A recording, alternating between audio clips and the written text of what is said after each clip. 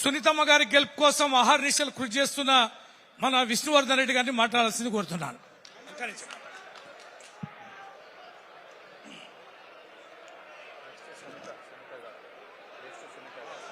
కేటీఆర్ అన్న గారికి, మరి హరీష్ రావు అన్న గారికి, వేదికపై ఉన్న పెద్దలందరికీ, మరి సోహెల్ భాయ్ గారికి, మరి జుబ్లీహిల్స్ కాన్స్టిట్యున్సీలో 7 డివిజన్లు ఈ పరిస్థితి బై ఎలక్షన్ వస్తుందని మేము ఎప్పుడు కళ్ళలో కూడా ఊహించుకోలే. మరి గోపన్న మనలో లేరు, కానీ ఆయన అయితే ఆశయాలునేమో ముందు తీసుకెళ్ళాలి మనం. ఆయన చాలా మట్టుకి ఎప్పుడు కూడా పబ్లిక్కి సేవ చేసుకుంటూ ఉన్నారు. నాకు గోపన్నకి నన్ను 2 సార్లు ఓడగొట్టినారు. ప్రతిసారి ఒకటే మాట అంటుండే, నేను పీజీఆర్ కొడుకుని ఓడగొట్టినా నేను అని ఒక డైలాగ్ కొట్టాడు నన్ను కనబడినప్పుడల్లా. నేను చాలా పెద్ద లీడర్, నేను పీజీఆర్ కొడుకుని ఓడగొట్టినాను.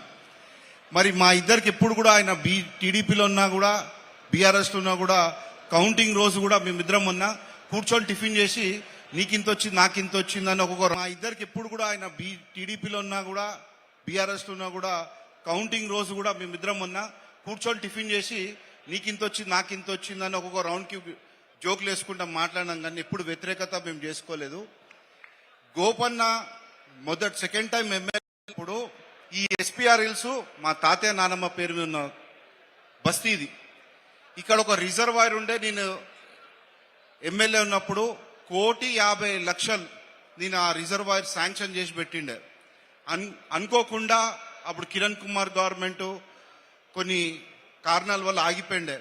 గోపన్న సెకండ్ టైం ఎమ్మెల్యే అయి ఆ 1,50,00,000 రిజర్వాయర్ని 4 crores పెట్టి ఆ రిజర్వాయర్ చేయించినారు.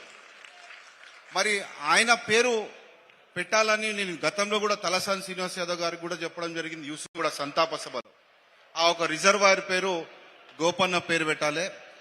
మరి ఈరోజు కాంగ్రెస్ పార్టీ ఎట్లయిపోయిందంటే ఆ ఇందిరా కాంగ్రెస్ కాదు, ఇప్పుడు party ticket for sale party అయిపోయింది.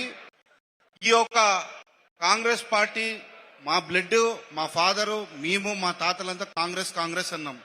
కానీ మాతోటే ఎంత ఇస్తావు అని చెప్పి మమ్మల్ని టికెట్ అమ్మకం పెడితే మనసు బాధ అనిపిస్తే ఆ రోజు నాకు అండదండలు నిలబడి రాజకీయ భవిష్యత్ ఇంకా చాలా ఉంది, కలిసి మనం 10 సంవత్సరాలు ముందుకెళ్దామని రామన్న చెప్పడం జరిగింది. అదేవిధంగా సేవ చేయడానికి ముందుకు వచ్చిన ఒకవేళ గోపన్న ఉంటే వచ్చే డీలిమిటేషన్లో లేకపోతే గోపన్న కన్విన్స్ చేసో నేను ఎమ్మెల్యే అవుతుండన్నా. కానీ ఆ 3 years మాత్రం గ్యాప్ ఉన్నప్పుడు తప్పకుండా అది ఆ పెయిన్ ఏందో నాకు తెలుసు, ఆ బాధ ఏందో నాకు తెలుసు. కుటుంబాల్లో చనిపోతే ఎందరు మంది మన మీద కన్నేస్తారని.